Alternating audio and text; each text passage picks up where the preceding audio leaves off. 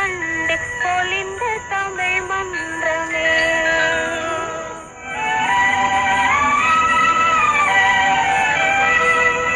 மலர்ந்து மலராத பாதி மலர் போல வளரும் விழி வண்ணமே.